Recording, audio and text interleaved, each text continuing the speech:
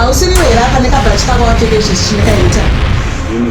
Saka apiona tobhona ziya 1 hour yese uri pamamainakani. Zvinonzwisa nzara kachiuza.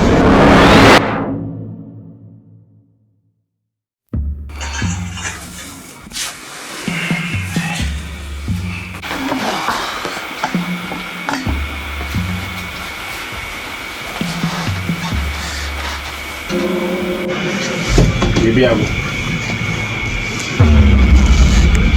Maiti. Itara niwe. Nani bibi yangu. Bwana gena.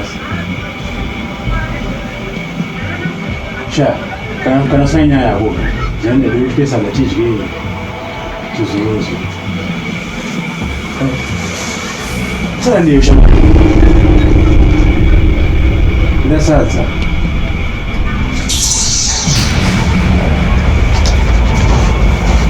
Jesi.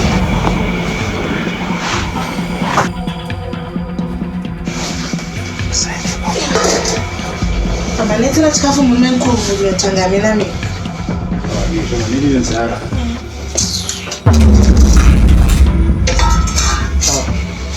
Kurweshwe ngone. Cheta se. Amrashirwo. Sala yo ndise. Tafu govya. Zvinonzwisa nzara kachiuza. Batanga kwa shenya baba. Ndatanga. Yatorwa munhu watosiyana neni zva.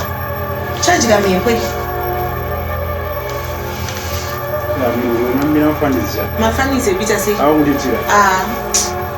Chitosiyana neni zvako ufanira kutori wese tawandi. Awabva kubasa wafamba sei. Kona mainatani wangochite haasi wangoni pamana mainatani 1 hour yese uri pamamainatani. Iwewe.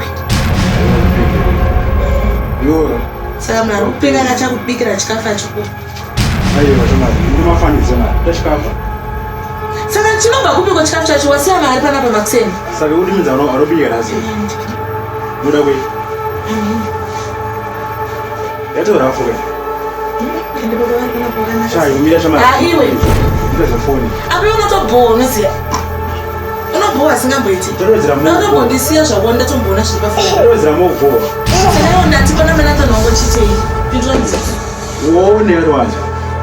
Ndati hausiri here tawanda. Hausiriwe here apa nekabhachi kako wapfeke zvisinikaita. Ndini zvangu. Saka neantaure nyacho chaitika kuti chichaitika. Nangobva kubasa ndangokusangana namainatani. Apo ngochiramba wani. Shamari. Ndiri mantaure kenyaya yangu. Sika zvokunzwa basa rese. Ngotangochiramba wani wazokubvuma manina. Ndachikafu chavo cha. Ndinofanira kuti. Wadi kudya kona mainatani kwaungo uri. Ndani uchangukude. Utondibhuwa da utori mwe munhu watoenda zvawatobva kanaka. Ndiende kumai. Amen.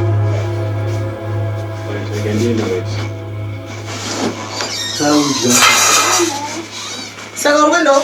Unoenda sana. Unoiti? Nondidzinga munhu.